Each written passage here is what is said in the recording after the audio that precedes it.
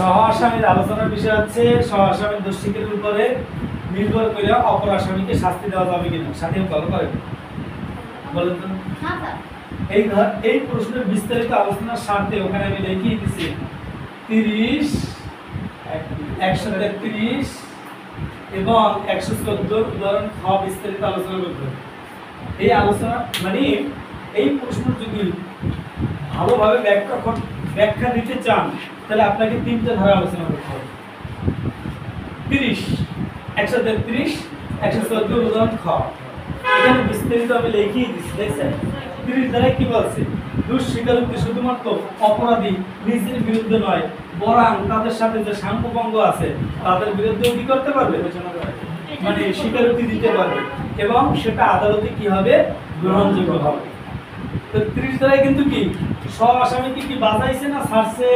বাজাই নাই, বাজাই দিছে না? হ্যাঁ বাজাইছে।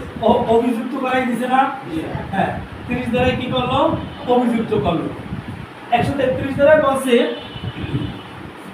দুষ্কর্মের সহযোগী আসামির বিরুদ্ধে সাক্ষ্যদানের উপযুক্ত ব্যক্তি বলে গণ্য হবে। তার মানে কি করলো? 133ও কি করলো? অভিযুক্ত করলো। হ্যাঁ অভিযুক্ত করছে। 114 উদাহরণ হতে আপনাকে বাঁচাইছে।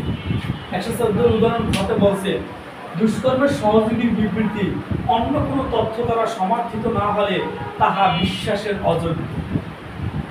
এখন এই তিনটা ধারা বিশ্লেষণ কইরা আমার নিজের মতামত হচ্ছে শুধুমাত্র সহ আসামির দোষ স্বীকারের উপরে নির্ভর কইরা অপর আসামিকে শাস্তি দেওয়া যাবে না সেটা বলবেন না, উচিত হবে না সেটা বলবেন।